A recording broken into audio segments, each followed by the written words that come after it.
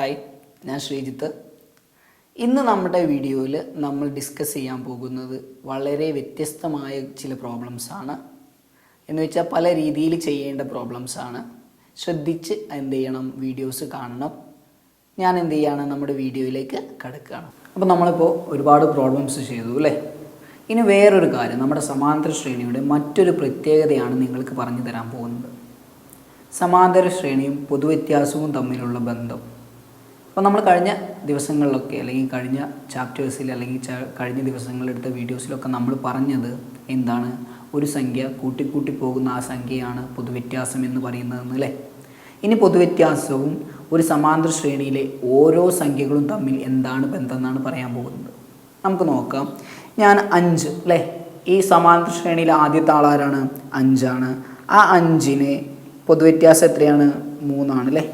പൊതുവ്യത്യാസം എത്രയാണ്, 3. ആ പൊതുവ്യത്യാസം കൊണ്ട് എന്ത് ചെയ്യാണ്, ഒന്ന് ഹരിച്ചു നോക്കുകയാണ്. ഒരു രസത്തിന് ചുമ്മാ എന്ത് ചെയ്യാണ്, ഒന്ന് ഹരിച്ചു നോക്കുകയാണ്. അപ്പോൾ ഞാൻ ഹരിച്ചു നോക്കി, 5ൽ എത്ര 3? ഒരു 3 ആയിരിക്കും. ഒരു 3. ശിഷ്ടം എത്രയാണ്, 2.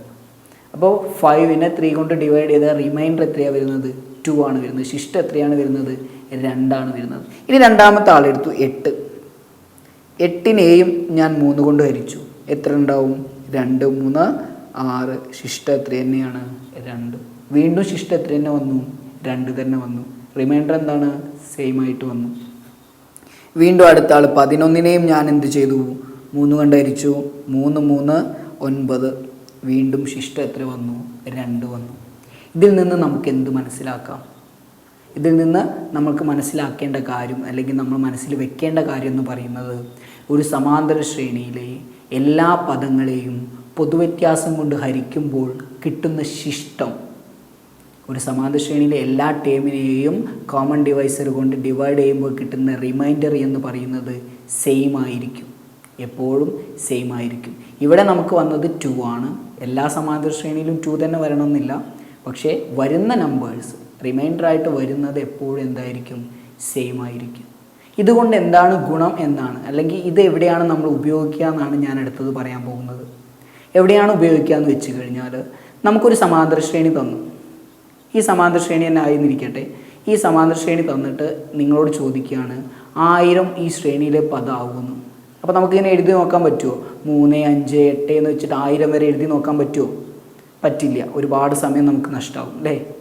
അപ്പോൾ 1000 ഈ ശ്രേണിയിലെ പദമാണോ നോക്കാൻ നമ്മൾ എന്ത് ചെയ്താൽ മതി, 1000നെ ഈ പൊതുവ്യത്യാസം കൊണ്ട് ഹരിച്ചാൽ ശിഷ്ടം 2 വരുന്നുണ്ടോ എന്ന് നോക്കിയാൽ മതി.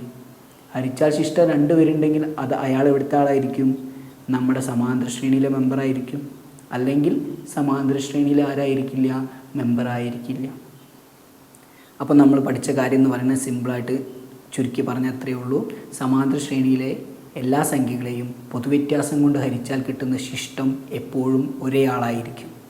ആരെങ്കിലും തന്നിട്ട് ഇയാൾ ഈ സമാന്തര ശ്രേണിയിൽ ആളാണോ എന്ന് ചോദിച്ചു കഴിഞ്ഞാൽ എന്ത് ചെയ്താൽ മതി, പൊതുവ്യത്യാസം കൊണ്ട് ഹരിച്ചിട്ട് സമാന്തര ശ്രേണിയിലെ സംഖ്യകളായിരിക്കുമ്പോൾ കിട്ടുന്ന ശിഷ്ടം തന്നെയാണോ കിട്ടുന്നതെന്ന് ഉറപ്പ് വരുത്തിയാൽ മതി. ഇത് വെച്ചിട്ടാണ് നിങ്ങൾക്കൊരു ക്വസ്റ്റ്യൻ തരാൻ പോകുന്നത്. നോക്കുക, ഒരു ക്വസ്റ്റ്യൻ പറയുന്നത് 13, 24, 35. ഇതൊരു സമാന്തര ശ്രേണിയാണ് അല്ലേ. എത്രയാണ് പൊതുവ്യത്യാസം, 11 പൊതുവ്യത്യാസം അല്ലേ. 13, 24, 35 എന്ന് പറയുമ്പോൾ എത്രയാണ് പൊതുവ്യത്യാസം, 11 പൊതുവ്യത്യാസം. നിങ്ങളോടുള്ള ചോദ്യം, നിങ്ങളുടെ ടെക്സ്റ്റിലുള്ള ക്വസ്റ്റ്യനാണ് ചോദിക്കുന്നത് 101 ഈ ശ്രേണിയിലുള്ള ആളാണോ എന്നാണ്. 101 ഈ ശ്രേണിയിലെ പദമാണോ എന്നാണ്. പിന്നെ ചോദിക്കുന്നത് 1001. അപ്പോൾ 101ഉം 1001ഉം ഈ ശ്രേണിയിലുണ്ടോ എന്ന് നമ്മളോട് ചോദിക്കുന്നത്. അപ്പം നമ്മൾ എന്ത് ചെയ്താൽ മതി, ആദ്യ ശ്രേണിയിലത്തെ ഒരാളെടുക്കുക. ആദ്യത്തെ ആളെ, രണ്ടാമത്തെ ആളെ, ഏതാളെ വേണമെങ്കിലും എടുക്കാം. എടുത്തു, ഞാൻ ആരെടുത്തു, 24 എടുത്തു. ഏതാളെ വേണമെങ്കിലും എടുക്കാം കേട്ടോ, ഞാൻ 24 എടുത്തു എന്ന് മാത്രം. അതിനെ പൊതുവ്യത്യാസം എത്രയാണ്, 11 കൊണ്ട് ഹരിച്ചു നോക്കി. എത്ര 11? 2, 11, 22. ശിഷ്ടം എത്രയാണ്, 2. ഇതിന് തൊട്ട് മുന്നേ ഞാനൊരു എക്സാമ്പിൾ എടുത്തപ്പോൾ ശിഷ്ടം 2 വന്നത്. അത് നിർഭാഗ്യവശാൽ വന്നു പോയതാണ്. എപ്പോഴും 2 ഒരിക്കലും വിചാരിച്ച് വെക്കരുത്. ശിഷ്ടം എത്രയും വരാം. അപ്പോൾ നമുക്ക് എത്ര വന്നു, ശിഷ്ടം 2 വന്നു. ഇനി നമ്മൾ എന്ത് ചെയ്താൽ മതി, ഈ 101നെ എന്ത് ചെയ്യുക, 11 കൊണ്ട് ഹരിച്ചു നോക്കാം. 101നെ എന്ത് ചെയ്യുക, 11 കൊണ്ട് ഹരിച്ച് നോക്കുക അല്ലേ. അപ്പോൾ എത്ര കിട്ടും? 99 വന്ന് നിൽക്കും. എത്രയാണ്? 9 11 99. ശിഷ്ടം എത്രയാണ്? 2 അല്ലേ. അപ്പോൾ 101നെ 11 കൊണ്ട് ഹരിച്ചപ്പോൾ കിട്ടുന്ന ശിഷ്ടവും ശ്രേണിയിലെ പദമായ 24നെ 11 കൊണ്ട് ഹരിച്ചപ്പോൾ കിട്ടുന്ന ശിഷ്ടവും എത്രയാണ്? 2. ആയതുകൊണ്ട് 101 ഈ ശ്രേണിയിലെ പദം ആണെന്ന് നമുക്ക് പറയാം. 101 ഈ ശ്രേണിയിൽ എന്തായിരിക്കും? പദമായിരിക്കും. ഇനി 1001 അല്ലേ. 1001നെ നമുക്ക് എന്ത് ചെയ്യാം? ഹരിക്കാം. 1001 ഹരിക്കണം 11. 1 പോവില്ല, 0 പോവില്ല, അപ്പം 100 അല്ലേ. 100 എത്ര 11 ഉണ്ട്? ഇപ്പം നേരത്തെ ചെയ്തിട്ടുള്ളൂ. എത്ര? 9 9 11 99. 100 99 പോയാൽ 1, ബാക്കി എന്താ മേലുള്ള 1 നമ്മൾ താഴത്തേക്ക് ഇറക്കിയിട്ടു അല്ലേ. 11ൽ എത്ര 11? 1 11 ശിഷ്ടം എത്രയായി? 0. അപ്പോൾ ഇയാൾ ഈ ശ്രേണിയിലെ ആളാണോ? അല്ല. അപ്പോൾ 101 ഈ ശ്രേണിയിലെ പദമാണ്, പക്ഷേ 1001 ഈ ശ്രേണിയിലെ പദമല്ല.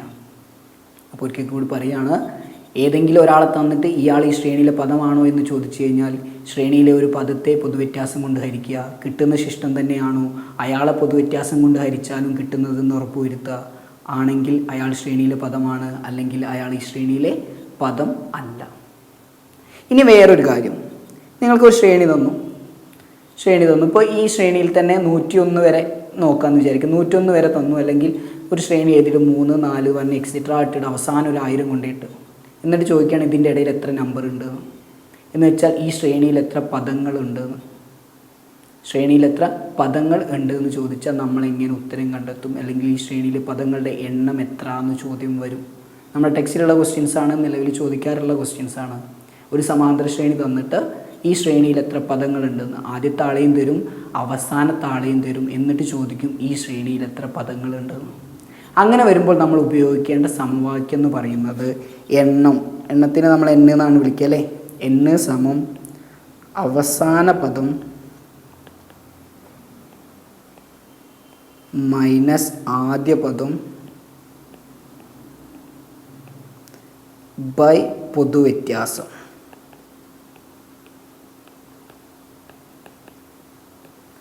പ്ലസ് 1. കുറച്ച് വലിയ സമവാക്യമാണ് അല്ലേ, പക്ഷെ പഠിക്കാൻ സിമ്പിളാണ്. എന്താ? അവസാനത്തെ ആളയിൽ നിന്ന് ആദ്യത്തെ ആൾ കുറയ്ക്കുക, പൊതുവ്യത്യാസം കൊണ്ട് ഹരിക്കുക, 1 കൂട്ടുക. ആ 1 കൂട്ടുന്നത് എപ്പോഴും അവസാനമായിരിക്കണം, ഇടയിൽ കൊണ്ടേ കൂട്ടരുത്. എല്ലാം ചെയ്ത് കഴിഞ്ഞിട്ടാണ് അയാളെ കൂട്ടേണ്ടത്. അപ്പോൾ അവസാന പദത്തിൽ നിന്നും ആദ്യ പദം കുറച്ച് പൊതുവ്യത്യാസം കൊണ്ട് ഹരിച്ച് 1 കൂട്ടിയാൽ ഓരോ സമാന്തര ശ്രേണിയിലും എത്ര പദങ്ങൾ ഉണ്ട് എന്ന് കിട്ടും. എത്ര പദങ്ങൾ ഉണ്ടെന്ന് കിട്ടാൻ എന്ത് ചെയ്താൽ മതി? അവസാന പദത്തിൽ നിന്നും ആദ്യ പദം കുറയ്ക്കുക, അതിനെ പൊതുവ്യത്യാസം കൊണ്ട് ഹരിക്കുക, കിട്ടിയ ഉത്തരത്തിനോട് 1 കൂട്ടുക. ഉദാഹരണമായിട്ട് നമുക്കൊരു പ്രോബ്ലം ചെയ്തു നോക്കാം. നിങ്ങൾക്ക് തരുന്ന ഒരു പ്രോബ്ലം നിങ്ങളുടെ ടെക്സ്റ്റിലുള്ള പ്രോബ്ലം തന്നെയാണ്. 7 കൊണ്ട് ഹരിക്കുമ്പോൾ ശിഷ്ടം 3 വരുന്ന 3 അക്ക സംഖ്യകളുടെ 7 കൊണ്ട് ഡിവൈഡ് ചെയ്യുമ്പോൾ റിമൈൻഡർ 3 വരുന്ന 3 ഡിജിറ്റ് നമ്പേഴ്സ് എത്ര എണ്ണം ഉണ്ട് എന്നാണ്. 7 കൊണ്ട് ഹരിക്കുമ്പോൾ ശിഷ്ടം 3 വരുന്ന എത്ര 3 അക്ക സംഖ്യകളുണ്ടെന്ന്. അപ്പോൾ 3 അക്ക സംഖ്യകളുടെ സമാന്തര ശ്രേണിയാണ് അല്ലേ. 3 അക്ക സംഖ്യ എവിടെ നിന്നാണ് തുടങ്ങുന്നത്? 100 എന്നാണ് എന്ത് തുടങ്ങുന്നത്? 3 അക്ക സംഖ്യ തുടങ്ങുന്നത്. എവിടെ അവസാനിക്കുന്നത്? 999 അവസാനിക്കുന്നത്. പക്ഷേ ഈ 100 ആണോ ഈ ശ്രേണിയിലെ ആദ്യത്തെ ആളെന്ന് നമുക്കറിയണം അല്ലേ. ശ്രേണിയിൽ ആദ്യത്തെ ആളെയും വേണം, അവസാനത്തെ ആളെയും വേണം. ഈ 100 ആണോ ആദ്യത്തെ ആളെന്ന് നോക്കാൻ എന്ത് ചെയ്താൽ മതി? നമ്മളോട് പറഞ്ഞിട്ടുണ്ട് 7 കൊണ്ട് ഹരിക്കുമ്പോൾ ശിഷ്ടം 3 വരുന്നതെന്ന്. അപ്പോൾ 7 കൊണ്ടാണ് ഹരിക്കുന്നത്. കുറച്ച് മുന്നേ നമ്മൾ പറഞ്ഞു പൊതുവ്യത്യാസം കൊണ്ട് ഹരിക്കുമ്പോൾ ശിഷ്ടം വരുന്ന കാര്യം അല്ലേ. അപ്പോൾ 7 കൊണ്ടാണ് ഹരിക്കുന്നത്. അപ്പോൾ 7 ആണ് ആര്? പൊതുവ്യത്യാസം. ഏത് സംഖ്യ കൊണ്ടാണോ ഹരിക്കുന്നത് ആ സംഖ്യയാണ് പൊതുവ്യത്യാസം. അപ്പോൾ നമ്മുടെ പൊതുവ്യത്യാസം എന്ന് പറയുന്നത് ഡി എന്ന് പറയുന്നത് ഇവിടെ എത്രയാണ്? 7 ആണ്. നമ്മുടെ പൊതുവ്യത്യാസം എത്രയാണ്? 7 ആണ്. ഇനി ആദ്യത്തെ ആളെ കണ്ടെത്തണം അല്ലേ. ആദ്യത്തെ ആളെ കണ്ടെത്തണമെങ്കിൽ നമുക്ക് എന്ത് വേണം? പൊതുവ്യത്യാസമായ 7 കൊണ്ട് 100നെ ഹരിച്ചാൽ ശിഷ്ടം 3 വരുന്നുണ്ടോ എന്ന് നോക്കാം. 100 ഹരിക്കണം 7, 10ൽ ഒരു 7 അല്ലേ. ഒരു 7 ശിഷ്ടം 3 30, 4 7 28 ശിഷ്ടം 2 വരുന്നുള്ളൂ. നമുക്ക് എത്ര വേണം? ശിഷ്ടം 3 വേണം. അപ്പം 100നെ 7 കൊണ്ട് ഹരിക്കുമ്പോൾ ശിഷ്ടം 2 വരുന്നുള്ളെങ്കിൽ ഒരാളും കൂടി കൂട്ടിയാൽ ശിഷ്ടം എത്രയായി 3 ആയി.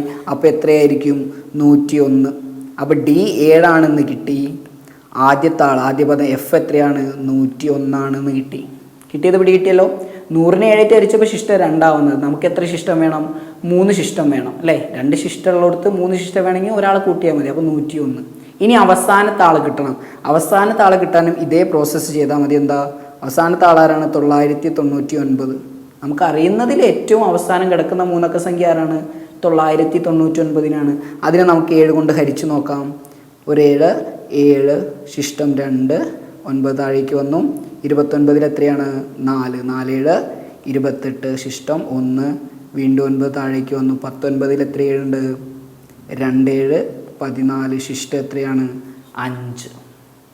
അപ്പോൾ 999നെ 7 കൊണ്ട് ഹരിക്കുമ്പോൾ ശിഷ്ടം എത്രയാണ് വന്നത്? 5 ആണ് വന്നത്. നമുക്ക് എത്രയാണ് ശിഷ്ടം വേണ്ടത്? 3 ആണ്. അപ്പോൾ നമ്മുടെ കയ്യിൽ ഇപ്പോൾ 5 ഉണ്ട്. നമുക്ക് എത്ര മതി? 3 മതി. അപ്പോൾ 2 എന്ത് ചെയ്താൽ മതി? ഒഴിവാക്കിയാൽ മതി. അപ്പോൾ 999ൽ നിന്ന് 2 ഒഴിവാക്കിയാൽ ആരായി? 997.